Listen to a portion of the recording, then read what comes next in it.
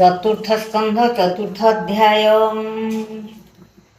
शिवंकु लंघी सती जाई पितारे अपमान पाई रोषेते जिले कले पर चरित चतुर्थ अध्याय। मैत्र उवाच एमंते देवी आगे कही रुद्र रहिले तुनि होई मने चिंतन्ति विश्वनाथ न पूर्ण हुई अनर्थ। ओ पत्नी पिता गृहे गले जीवन न धरिब भले यार मन स्थिर नाही न गले न धरिब देई बंधु दर्शने इच्छा तार होइछि अति बलियार। बारे कहुई बाहर मो भये प्रवेश गृहर यार मन स्थिर नाही अवश्य जीव न कही एमंत चिते चिंतिहर केबे मन नोहे स्थिर चिंता कूले दुख मती निज गण को मने चिंती यार संगे थी मुहि निज गण को संगे लही एमंते रुद्र चिंता करू देवी बाहर हेले घरु नयनु बहे अश्रु जल सुखिछि बदन कमल शरीर कंपे रोष चिते कदली बन जेने बाते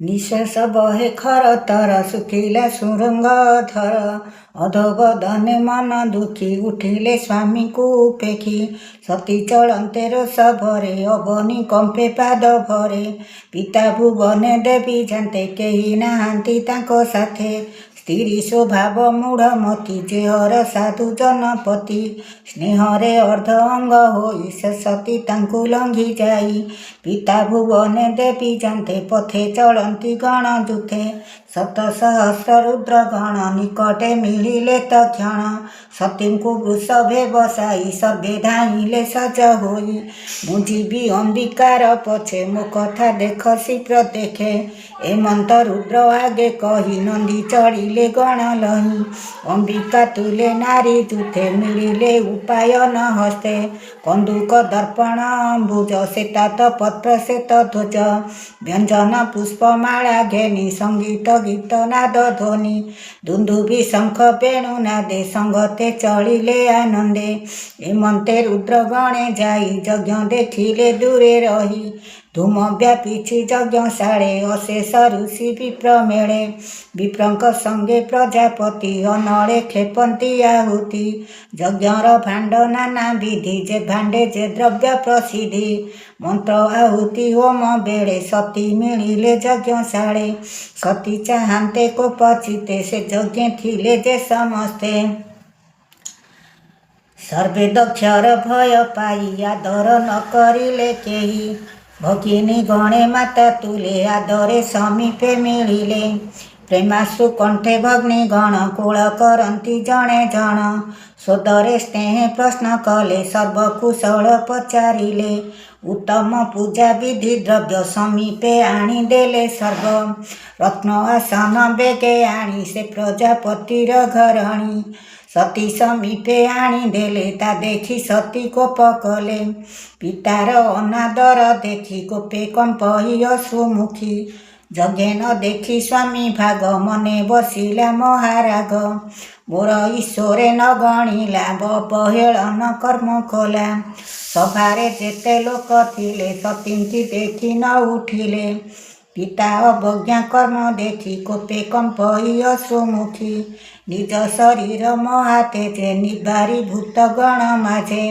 कोपे बोलही उच्च बाणी जे मन्ते सभा लोके शुणी कोपे कंपही तार देही कहई पिता मुख चाही देवी उवाच प्रिय अप्रिय अतिरेके न देखी जार इह लोके जगत मध्य जेते देही ताहांक प्रिय आत्मा जेही जे रुद्र सर्व आत्मा होई मित्र मित्र जार नाही से जे अशेष जन गुरु तो बिना केहू निंदा करू देख ए संसार व्यवहारे जे साधु जने निंदा करे अनेक दोष करिथिले साधवे न धरती भले सकल दोष करे क्षमा से जन साधु महात्मा ए रूपे जेतेक पंडित ताहांकु बोलंती महत जे गुण मात्र को धरती दोष ग्रहण न करती ताहांकु बोली महतर के अबा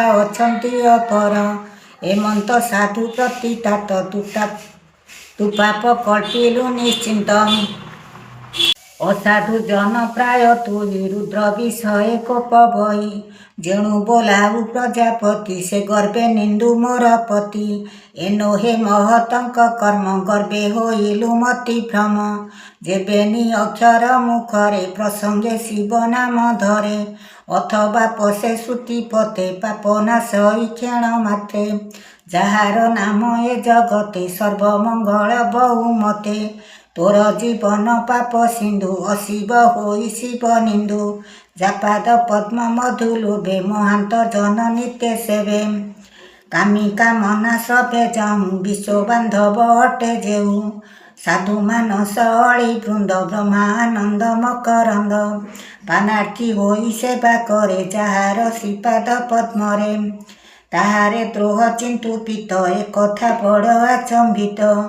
ଯେ ସଦା ଶିବ ବିଶ୍ୱ ବନ୍ଧୁ ତୁ ତାରେ ଦ୍ରୋହ କରି ନିନ୍ଦୁ। ଜଟା ବିସ୍ତାରି ଶ୍ମଶାନରେ ବୁଲଇ ଶିବ ନିର୍ବିକାରେ। ଶ୍ମଶାନ ଭସ୍ମ ମାଲ୍ୟ ତାର ନର କପାଳ ଅଳଙ୍କାର। ହେଲେ ହେ ଶିବଙ୍କୁ ଅଶିବ ତୋ ବିନା କେ ଅବା ବୋଲିବ। ବ୍ରହ୍ମାଦି ଦେବଗଣ ମାନେ କେ ଶିବ ମହିମା ନ ଜାଣେ। ତୁ କି ଜାଣିବୁ ସେ ମହିମା ଅଶେଷ ମଙ୍ଗଳର ସୀମା। ଶିବ ନିର୍ମାଲ୍ୟ ମଥା ପାତି ତଥାପି କେମନ୍ତେ ଘେନନ୍ତି। ଏହିଟି ପତିବ୍ରତା ଧର୍ମ ପାଷାଣ୍ଡେ ସ୍ୱାମୀର ନିନ୍ଦନ। ଶୁଣିଲେ କାନେ ହାତ ଦେବ ତକ୍ଷଣେ ତହୁଁ ପଳାଇବ। ପାରିଲେ ତା ଜିହ୍ୱା ଛେଦିବ ଆପଣା ଜୀବନ ତେଜିବ। ତୋ ବୀର୍ଯ୍ୟ ଜନ୍ମ ମୋର ଦେହି ହୋଇଲା ପୂର୍ବ ପାପ ବହି। ସ୍ୱାମୀ ନିନ୍ଦନ ବାକ୍ୟ ସହି ଏ ଦେହ ନ ଧରିବି ମୁହିଁ। ଯେ ନାରୀ ସ୍ୱାମୀର ନିନ୍ଦନ ଶୁଣି ଧରେ ନିଜ ଜୀବନ। ପୂର୍ବର ପାପ ଯେ ନ ସ୍ମରେ ତା ପ୍ରତିକାର ଯେ ନ କରେ। ଦିନ ବଞ୍ଚଇ ଦୁଃଖ ଶୋକେ ଅନ୍ତେ ସେ ପଡ଼ଇ ନରକେ। ଯେ ଆତ୍ମା ରାମ ବୈରାଗୀ ବିଧି ନିଷେଧ ପାରେ ଲଙ୍ଘି। ସ୍ୱଧର୍ମେ ନିଷ୍ଠା ଯାର ଥିବ ସେ ପର ନିନ୍ଦା ନ କରିବ। ଯେ ଅବା ବେଦ ବିଧି ଧର୍ମ ପ୍ରଭୃତି ନିବୃତ୍ତି ଲକ୍ଷଣ। ଶିବେ ତା ନ ସମ୍ଭବେ ଦୁଇ ଯେଣୁଟି ଆତ୍ମା ରାମ ସେଇ। ଦରିଦ୍ର ବୋଲି ଶିବେ ତୁହି ନିନ୍ଦା ନ ବହ ଗର୍ବ ବହି। ଅଣିମା ଆଦି ଅଷ୍ଟ ସିଦ୍ଧି ଜାତହୁଁ ଲଭେ ଯୋଗୀ ସାଧି। ତୋ ପରି ଯଜ୍ଞ ଯେ ଭ୍ରମନ୍ତି କାହୁଁ ଲଭିବେ ସେ ସମ୍ପତ୍ତି। ତୁ ପାପୀ ଯେଣୁ ଶିବ ଦ୍ରୋହୀ ତୋଠାରୁ ଜାତ ମୋର ଦେହି। ଧିକ ଏ ଦେହ ନ ରଖିବି ଆଉ ଏ ଲଜ୍ଜା ନ ସହିବି। ତୋହର ସଙ୍ଗତେ ବଚନ ଅଧିକେ ନାହିଁ ପ୍ରୟୋଜନ। ନ ବୋଲୁ ଦାକ୍ଷାୟଣୀ ଅଟଇ ଶିବର ଘରଣୀ। ମୈତ୍ରେୟୋବାଚ ଏମନ୍ତ ଦକ୍ଷେ ଦେବୀ କହି କୁଣ୍ଡ ଉତ୍ତର ଦିଗେ ଯାଇ। ଯୋଗ ଧାରଣା ଆଗମନେ ନିଶ୍ଚଳେ ବସିଲେ ଆସନେ। ସ୍ୱାମୀର ଅପମାନ ଅର୍ଥେ ପିତାର ଅନାଦର ଚିତେ। ପୀତ ବସନ ପରିଧାନ ପବିତ୍ର ଜଳେ ଆଚମନ। ହୃଦରେ କଳ୍ପି ମହାମନ୍ୟୁ ପବନ ଅଧ ଊର୍ଦ୍ଧ୍ୱସ୍ଥାନୁ। ନାଭି କମଳେ ସୁନିଶ୍ଚଳେ ପ୍ରାଣ ଧାରଣ ଯୋଗ ବଳେ। ଏତେନି ପ୍ରାଣ ଊର୍ଦ୍ଧ୍ୱେ ନେଇ ଉଦାନ ସଙ୍ଗେ ହୃଦେ ଥୋଇ। ହୃଦୟ ପ୍ରାଣ ସଙ୍ଗେ ବ୍ୟାପୀ କଣ୍ଠେ ଲଲାଟ ଚକ୍ରେ ଖେପି। ଭ୍ରୂମଧ୍ୟେ ଥାପି ଅନୁମାନେ ଯୋଖିଲେ ବ୍ରହ୍ମରନ୍ଧ୍ର ସ୍ଥାନେ। ସ୍ୱାମୀ ଚରଣ ଧ୍ୟାନ କରି ଯୋଗ ଅନଳେ ବାୟୁ ଧରି। ମୂର୍ଧନି ଭେଦି ତତ୍କ୍ଷଣ ଶୂନ୍ୟେ ମିଳିଲା 10 ପ୍ରାଣ। ସମାଧି ସମ୍ଭୂତ ଅନଳେ ସତୀ ଶରୀର ବେଗେ ଜଳେ। ସତୀ ମରଣ କର୍ମ ଚାହିଁ ଯେତେକ ଯଜ୍ଞଶାଳେ ଥାଇ। ଭୂମି ଗଗନେ ଯେ ବାଥିଲେ ଆହା ଶବଦ ଉଚ୍ଚେ କଲେ। ଦେଖ ଏ ଦେବ ଦେବ ନାରୀ କି ଅପମାନେ କୋପ କରି। ପ୍ରାଣ ଛାଡ଼ିଲେ ଯଜ୍ଞଶାଳେ ପିତା ଅମାନ୍ୟ କୋପ ଭରେ। ଦେଖ ଏ ଦକ୍ଷ ପ୍ରଜାପତି ଗର୍ବେ ଆଚରିଲା ଅନୀତି। ପ୍ରଜାଙ୍କ ପତି ଏ ବୋଲାଇ ଅନୀତି କଲା ଗର୍ଭ ବହି। ନିଜ ଦୁହିତାର ନିଧନେ ଯତ୍ନ କଲା ଏ କ୍ରୋଧ ମନେ। ଏନୋ ହେ ସାଧୁଙ୍କ ବ୍ୟବହାର ଅଧର୍ମ କଲା ଗୁରୁତର।